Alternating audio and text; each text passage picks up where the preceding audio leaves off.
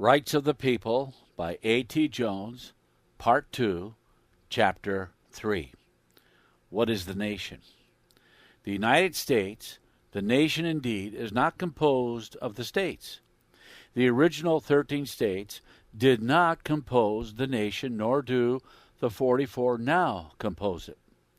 The United States, the nation, is that power, that system, that organization, above all the states and distinct from them, which was created to perform, in behalf of the states and the people, what neither the people nor any of the states, nor yet all the states together could do for themselves. In the facts and the statements presented in the preceding chapter, it is clear enough that, quote, the United States, before the establishment of the Constitution, was not a nation. There was no national power. There was no national action. There was no national character. There was no national spirit. This was seen and expressed by the friends as well as the foes of the country. True, when the 13 independent states were firmly agreed upon any measure so that they could all act unreservedly together, as in the war for their independence, then they were powerful, and so far in that particular measure displayed somewhat of the characteristics of a nation. But after such united effort had secured their independence, there was literally not a single question upon which there was unanimity of opinion and consequent action such as could display any of the characteristics of a nation. This is why there were so many prophecies of the downfall of the United States. This is why it was that they were one nation today and 13 tomorrow. And this is why it is certainly true that there was no alternative between anarchy and the formation of a national government. James Wilson of Pennsylvania, a member of the convention which framed the Constitution for the making of the nation, in pleading for the approval of the Constitution by the Pennsylvania Convention called for that purpose, stated the case thus, quote, by adopting this Constitution, we shall become a nation. We are not now one. Close quote, Eliot's Debates, Volume 2, page 526. They must by choice become a nation, or else without their choice they would become nothing.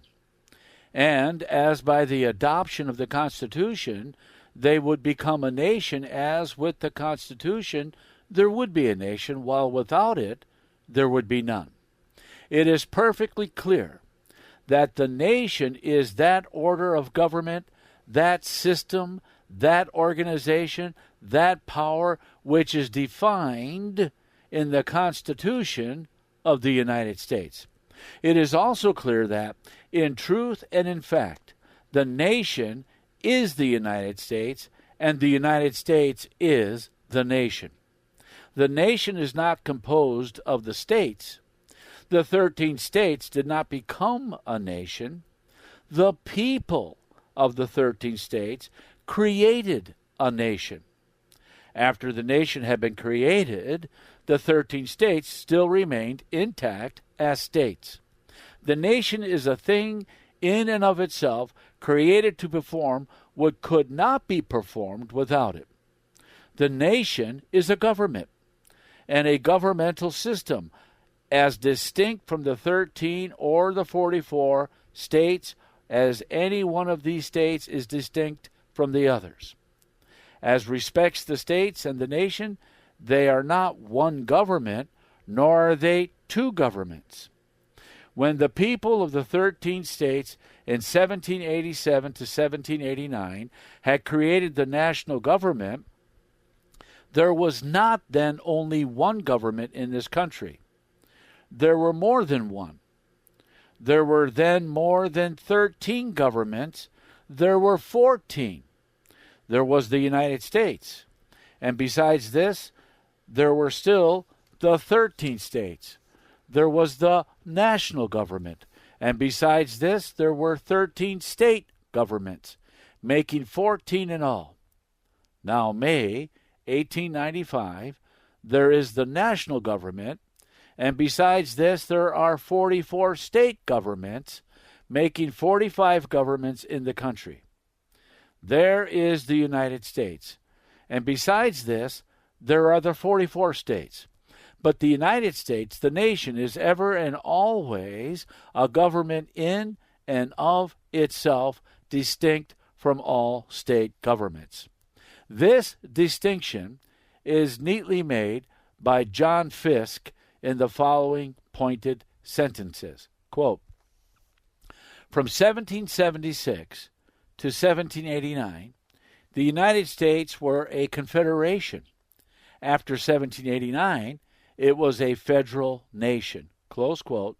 Fiske's Civil Government, page 234.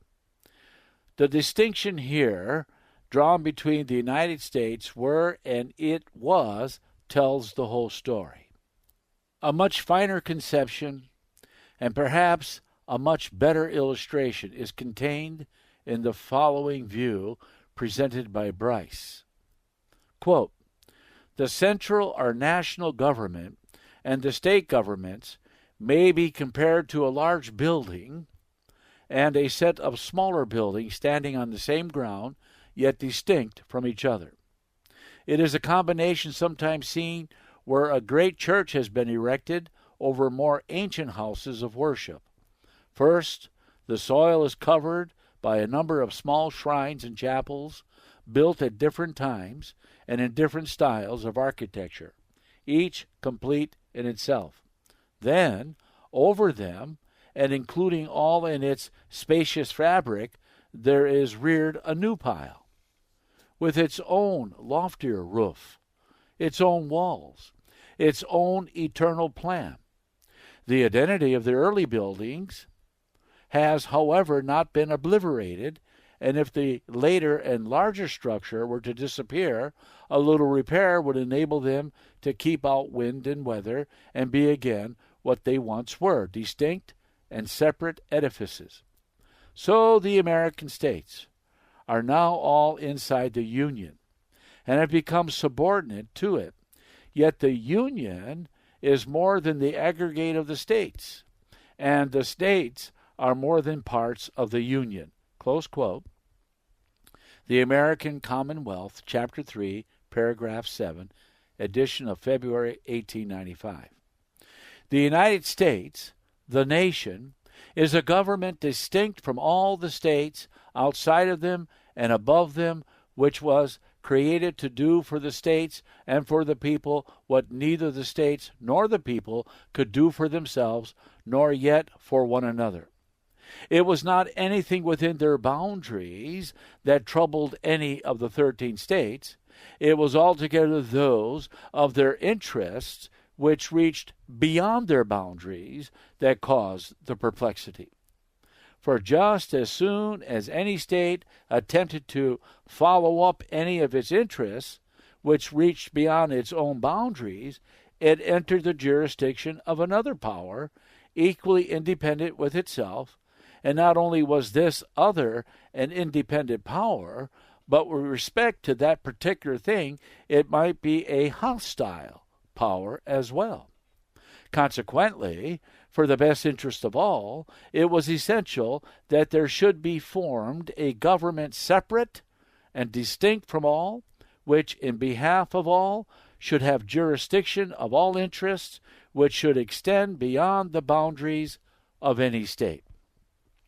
This, in brief, defines the line that separates between the states and the United States, and between the jurisdiction of the state governments and that of the national government. Wilson of Pennsylvania, who helped to make the nation, in explaining to the Pennsylvania Convention the provisions of the Constitution, clearly defined this line as follows, quote, the Convention found themselves embarrassed with another difficulty of peculiar delicacy and importance.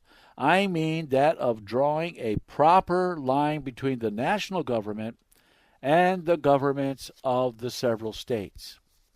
Whatever object of government is confined in its operation and effects within the bounds of a particular state should be considered as belonging to the government of that state. Whatever object of government extends in its operation or effects beyond the bounds of a particular state should be considered as belonging to the government of the United States. Close quote. Bancroft's History of the Formation of the Constitution, pages 244 and 245. Such was the intention of the framers of the original Constitution. Yet, as it was not distinctly expressed in the Constitution, an amendment respecting the point was required. Consequently, the 10th of the 10 amendments that were passed in regular course through the first Congress that ever met under the Constitution declares as follows, quote, "The powers not delegated to the United States by the Constitution, nor prohibited by it to the states, are reserved to the states respectively or to the people," close quote. Thus, in all matters not delegated to the United States, nor prohibited by the Constitution to the states, each state may do fully and freely just as it pleases within its own boundaries. While in any matter so delegated or prohibited, it has nothing whatever to do, but the nation in these things has power to do fully and freely as it chooses. The nation has nothing whatever to do with any matter, the operation and effects of which lie within the boundaries of any state, and no state has anything whatever to do with any matter, the operation or effects of which reach beyond its boundaries.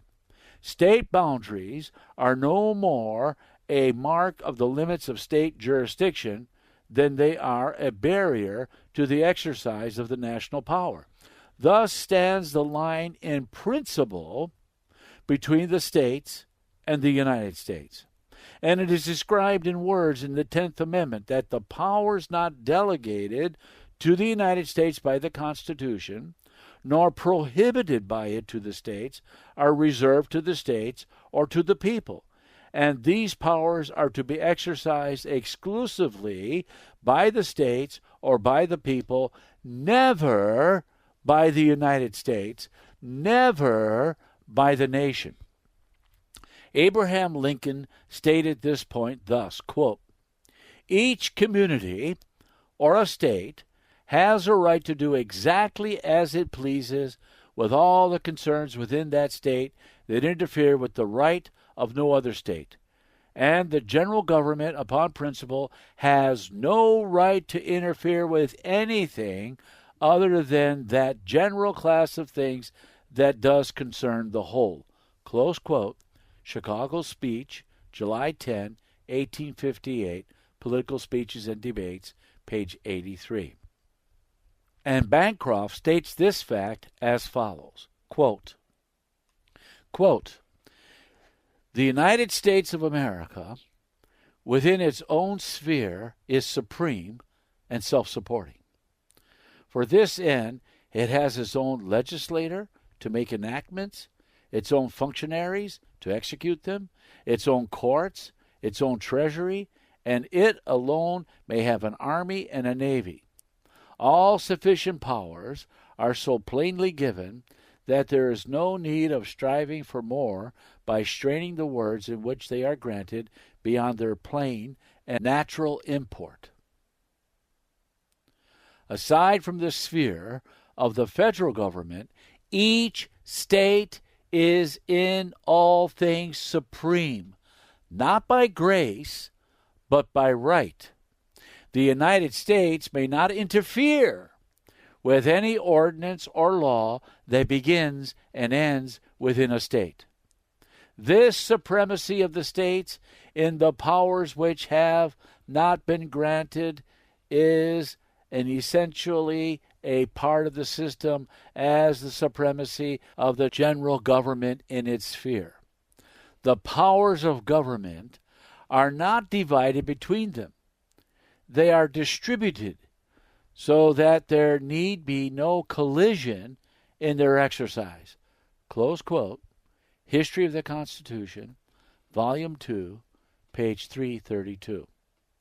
Thus, the acceptance of the Constitution of 1789 made the American people a nation. And that thing, that governmental organization, which was created by the people, which is defined and regulated in the Constitution of 1789, that is the nation. This is the end of Part 2, Chapter 3.